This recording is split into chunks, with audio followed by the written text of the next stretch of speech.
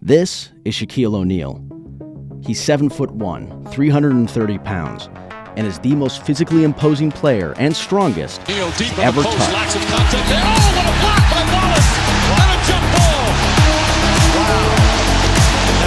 What did you just witness? Well, that's a phenomenon we're going to be exploring in this video. Where size and height fails, hustle prevails, and the NBA has always valued persistence and energy. This is about the smallest big men in league history who made the biggest impact on the court. This is the Little Bigs.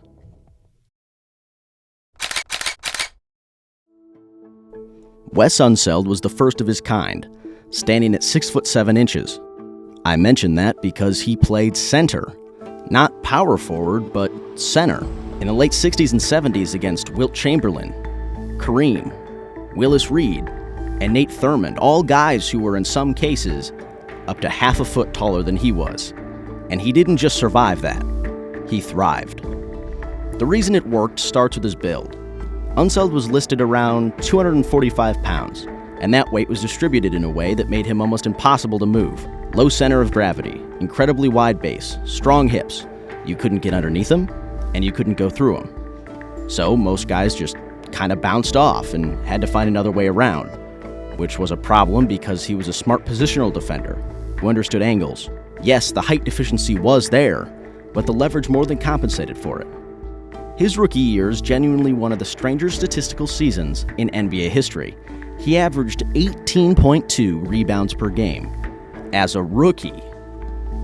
The Bullets finished last in the East the year before, and in this first season of his, they went 57-25. He won Rookie of the Year and MVP in the same season, only the second player to do that after Wilt Chamberlain. Now, his MVP that year is one of those that still gets debated to this day. Some people think it was more of a look at what he did for that franchise award, better than a pure best player award. And that's fair. But it also tells you something about the immediate impact he had, because voters clearly felt like he was the story of the season. The thing Unseld is probably most known for, or should be most known for, is the outlet pass. It's one of those skills that gets easy to underrate because it doesn't show up cleanly on a box score. Most big men of that era treated the defensive rebound as the end of the play. Get the board, give it to a guard, go set up the offense. Unseld treated it as the start of something. He'd pull it down and immediately look to push it ahead. Two-handed overhead throws to guards, streaking down the sideline, sometimes almost the length of the floor. Fast, accurate, and essentially a built-in transition offense that didn't require any extra dribbling or passes. One of his assistant coaches at the time claimed that nobody taught him how to do that. It was just natural. Watching the film, you can see why it remains so hard to replicate. It requires vision to anticipate the play before you even catch the ball, and it requires the arm strength to deliver it quickly and on target. The screens are worth mentioning too. Unseld set some of the most physically punishing picks in the league, and that was intentional. It was one of the ways he contributed offensively without needing to score. His career scoring average was around 10.8 points a game, which looks modest, but his teams consistently won. And when you watch the film, you can see why. He was doing a lot of things that don't register in the traditional stat columns, but some numbers do register. 14 rebounds per game, just under 4 assists, a double-double average sustained over 13 seasons. He led the league in rebounding in 1975. He made 5 All-Star teams, and in 1978, he won a championship with Washington over the Supersonics and was named Finals MVP, a fitting recognition after years of being the foundational piece rather than the headline. He finished his career with nearly 14,000 career rebounds, 7th all-time when he retired. He was inducted into the Hall of Fame in 1998, and he was named to both the NBA's 50th and 75th anniversary teams. He's probably underappreciated by casual fans today, partially because the scoring average makes him look like a role player, and partially because he played in an era that doesn't always get as much attention as the Bird and Magic years that followed. But among people who actually go back and study that period, he is well regarded. The rebounding was and remains elite. The outlet pass was and remains a legitimate weapon, and the Bullets made 4 finals appearances during his career. which doesn't happen by accident. Standing at 6'7", playing center against the best front court in NBA history. That's Wes Unseld. Remember the name.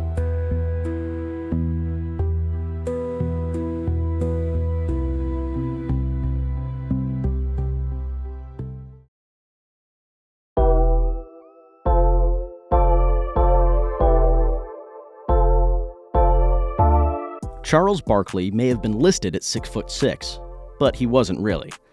By most accounts, and his own admission, he was closer to 6'4". That means he played power forward in the NBA for 16 years against some of the biggest and most physical front courts in the league's history at roughly the height of a modern shooting guard. And despite all of that, he somehow managed to average 22 points and nearly 12 rebounds a game for his entire career. The rebounding numbers there are worth slowing down on because the nickname everybody knows, the round mound of rebound, kind of obscures how absurd they actually were. In 1987, Barkley led the entire NBA in rebounding at 14.6 rebounds per game. He's the shortest player in NBA history to ever win that title. Not the shortest power forward, the shortest player, full stop. He was consistently doing this against 7-footers and was beating them to the ball often enough to lead the league in boards. But how? Well, for starters, his body was built differently from most forwards. He was listed at 250 pounds, but played at various points closer to 280, and that weight was distributed in a way that made him extremely hard to move once he established position. His one-time teammate Mo Cheeks put it simply: position, position, position. Barkley himself said that it was about being physical first. If you get your body on a guy before the ball comes down, his height isn't going to help him jump over you to get it. The contact happens before the ball arrives. Also, he had genuinely long arms for his height and real explosiveness off the floor, which made the combination harder to deal with than it looked on paper. But somehow, rebounding is almost the least interesting part of his game, which should tell you something about him as a player. Barkley was legitimately a complete offensive player. He could score in the post, and efficiently, shooting over 54% from the field for his career. He could put it on the floor and get to the rim, which is a real problem for bigger defenders who couldn't stay in front of him. He had range out to the three-point line before that was common for players at his position, and he was a good enough passer, averaging nearly 4 assists per game, and you couldn't automatically double him because he'd find the open man. Bill Walton once said that Barkley was like Magic Johnson and Larry Bird in that he didn't really play a position. He just played basketball. He created mismatches in basically every direction. Against big centers, he was quicker and could get to spots they couldn't recover on. Against smaller forwards, he was stronger and wore them down. The offense built itself around whatever the defense gave him. And the peak of all this was in the 1992-1993 season in Phoenix. His first year with the Suns, he averaged 25.6 points, 12.2 rebounds, and 5.1 assists. The Suns went 62-20, the best record in the league. He won MVP, and in the deciding game of the Western Conference Finals against Seattle that postseason, he had 44 points and 24 rebounds. Now, he didn't win a championship, which is probably the central fact of his legacy these days. His Sixers teams weren't built around him in the way they should have been. And by the time he got to Houston with Hakeem and Drexler, all 3 of them were on the wrong side of 30. Some of it also is that he just ran into Jordan 3 times in the playoffs. And Jordan was Michael Jordan. Whether or not his lack of a ring should meaningfully affect how you think about him as a player is a question people land in very different places on. The basketball he played was real, and it was great regardless. Career-wise, the numbers put him in a rarefied company. Over 23,000 points, over 12,500 rebounds, and 4,200 assists. One of only a handful of players in NBA history with 20,000 points, 10,000 rebounds, and 4,000 assists. That list includes Wilt Chamberlain, Kareem Abdul-Jabbar, LeBron James, and Karl Malone. The round mound of rebound is a funny nickname for somebody who probably deserves a much more serious one.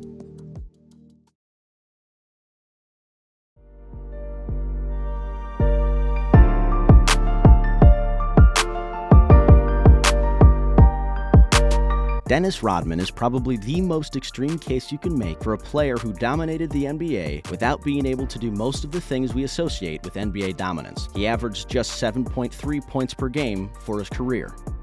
He was not a shooter. He was not a ball handler. He didn't create offense.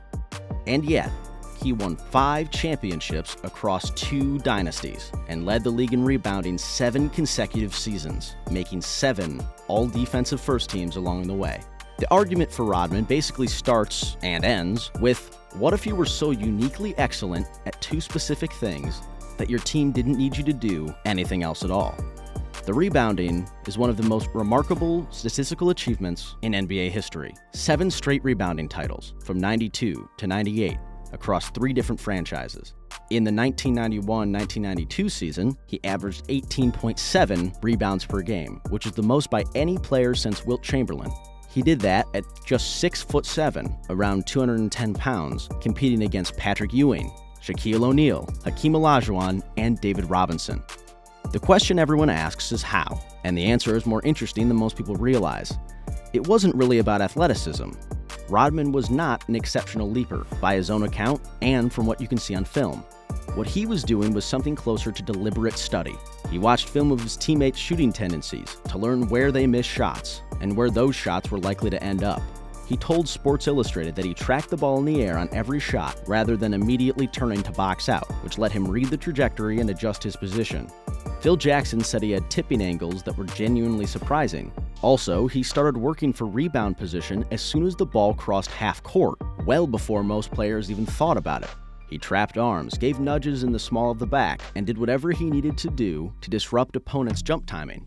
Some of that was gamesmanship. A lot of it was intelligence, about where and when to be there. The defensive side of his game tends to get slightly less attention than the rebounding, because it may have been equally as impressive, if not more. At various points in his career, Rodman was the primary defender on point guards, shooting guards, small forwards, power forwards, and centers, the ultimate switchable defender. He consistently showed during his Pistons years that he could shut down any opposing players, regardless of position.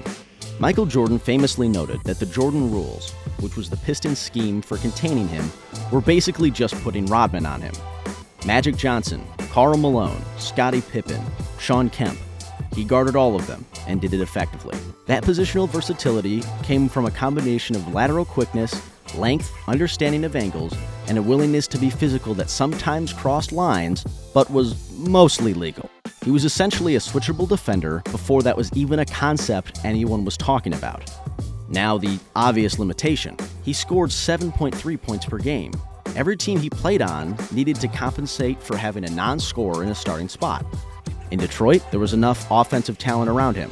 In Chicago, Jordan and Pippen themselves were good enough that Rodman's offensive absence didn't hurt, and arguably helped, because it freed him to focus entirely on the boards and defending without worrying about anything else. There's a real question about how many teams he could have played for and generated this kind of impact. In truth, it's probably not many. 2 championships with the Bad Boy Pistons, which was a legitimate dynasty, and then 3 more with Jordan's Bulls, including the 72-win season in the 1995-1996 season. He's the only player in NBA history to win titles with both of these franchises, and in the 1998 finals, the last one was Chicago, he started and logged 39 minutes in the clinching game at the age of 37, leading the playoffs in rebounding while serving as the primary defender on Karl Malone. He looks better now than he did when he was playing. The NBA has spent the last decade building towards the idea of versatile, switchable defenders who can contribute without needing the ball. Rodman was doing that in the 90s.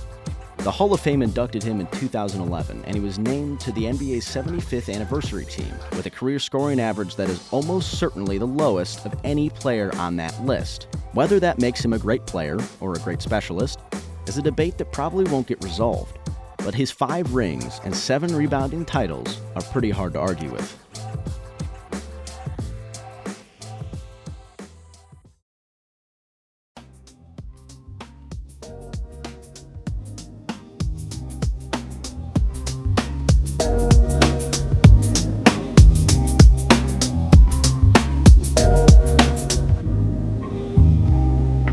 Ben Wallace averaged just 5.7 points per game for his entire career, which is the lowest scoring average of any player in the Hall of Fame.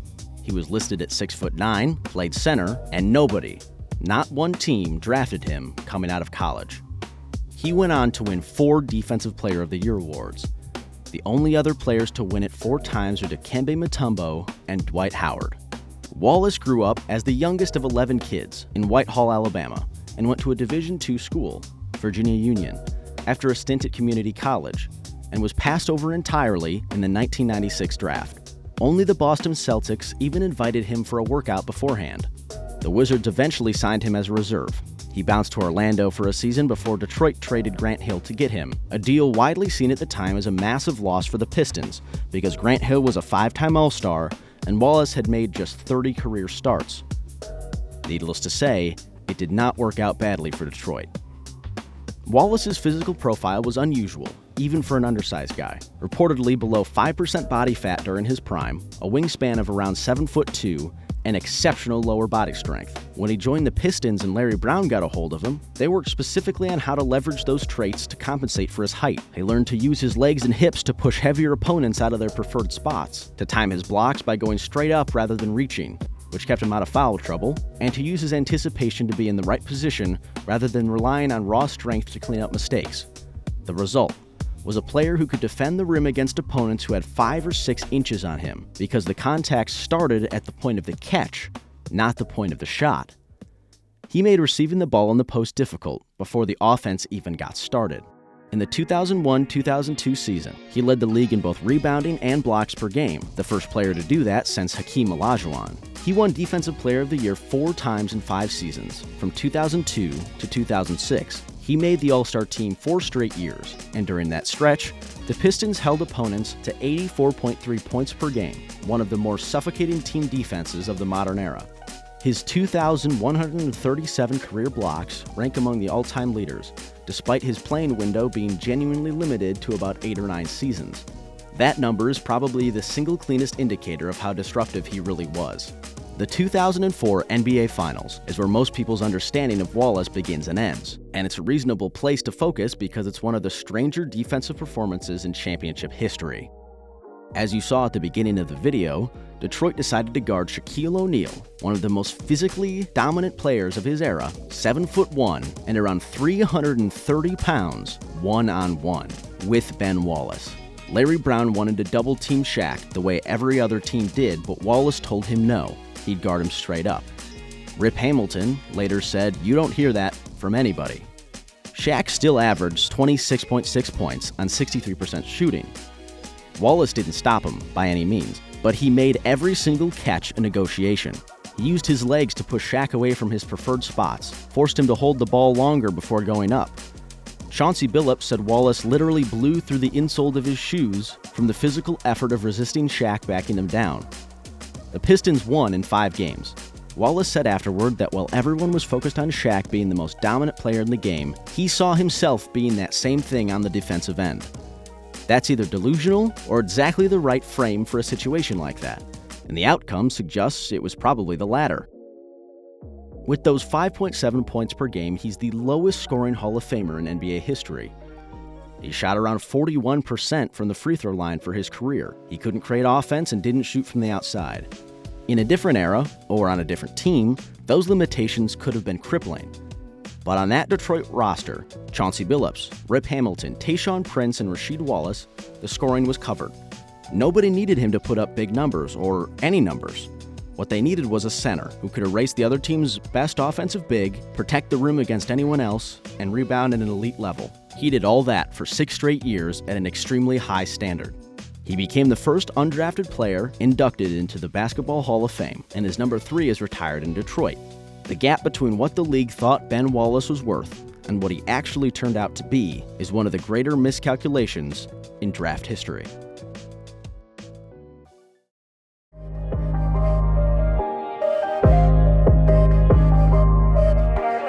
Draymond Green was the 35th pick in the 2012 NBA Draft. The Warriors had already taken Harrison Barnes 7th overall, then used pick 30 on a center from Vanderbilt named Festus Ezeli. Then, in the second round, they took Green.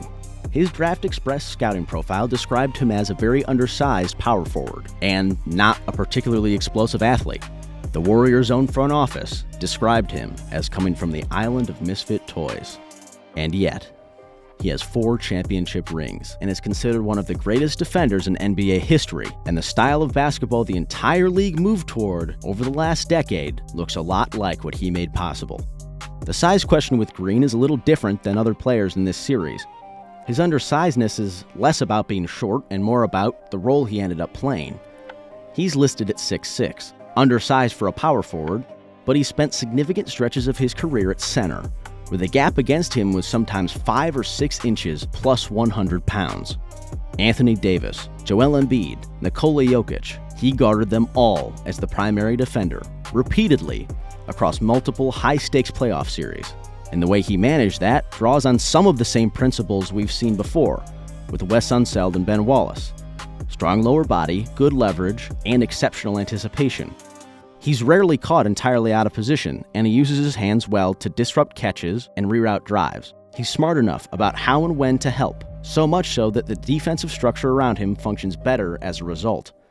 No, he doesn't physically contain those bigger players every time, because he can't. What he does do is make every offensive possession more difficult and more costly, and that accumulates across a game and across a series in ways that show up in the margin. What makes Green so genuinely distinct from others in this conversation is that his undersizedness on defense was enabling something transformative on offense at the exact same time. When Steve Kerr slid Green to center in the 2015 finals after Golden State went down 2-1 against Cleveland, he was betting that having no traditional bigs on the floor was worth it if it meant having 5 players who could all switch defensively and all threaten the opposing coverage in different ways.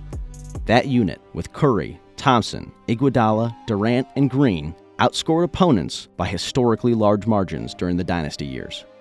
It worked because Green at center removed the liability that a traditional center would have represented, and replaced it with a player who could pass, make decisions, set screens, and shoot just well enough from 3 to demand defensive attention.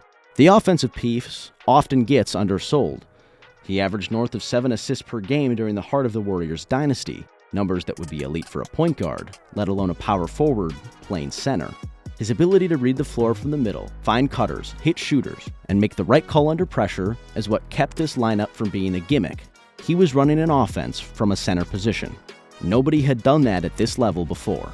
The individual defensive accolades reflect his impact. Defensive Player of the Year in 2017, 9 all-defensive team selections. He led the league in steals in 2017. His steal and block numbers across his career are the kind you'd expect from 2 different players, a guard and a rim protector individually, not the same person. And the on-off splits during Golden State's championship years tell a consistent story. Their defensive rating with Green on the floor was among the best in the league. When he sat, it dropped considerably. That kind of signal, sustained over a decade, is hard to dismiss. His career scoring average sits around 8.7 points per game. Like Rodman and Wallace before him, that number severely understates what he actually contributes offensively. Most of his value there comes through playmaking and spacing, rather than direct scoring. Unlike either of them, he's also a legitimate three-point threat, around 32% for his career, which is modest, but real enough that defenses can't simply ignore him. The honest limitation is that he's never been a reliable self-creator. He can make the right pass, hit an open look, and finish around the rim in certain situations, but he's not a player you can run sets for in half-court offense and expect consistent returns on. The teams he's been on have needed elite shot creators around him, and he's had them in Curry and, at times, Kevin Durant, and of course, Klay Thompson. How his game translates without that kind of firepower is a question without a clean answer. The conduct record he has is worth a brief mention because it is part of his career. He has the second most ejections in NBA history. He was suspended at various points for flagrant fouls and off-the-court incidents. The intensity that makes him effective on the defensive end sometimes tips over into behavior that costs his team big time. Whether that's a net negative over his career or simply the price of a specific kind of competitive edge is something that everyone assesses differently. His 4 championships, 15, 17, 18, and 22, combined with his 4 All-Star appearances and Defensive Player of the Year, is a Hall of Fame case that most people treat as settled. The more lasting contribution, though, is probably the blueprint.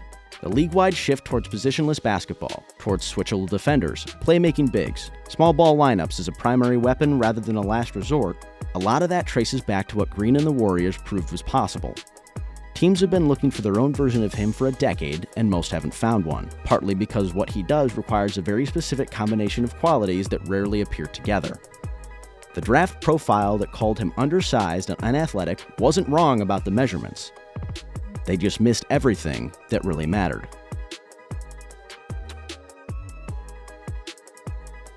5 players, 4 different eras, and countless ways of being too small for the job they were doing, and doing it anyway.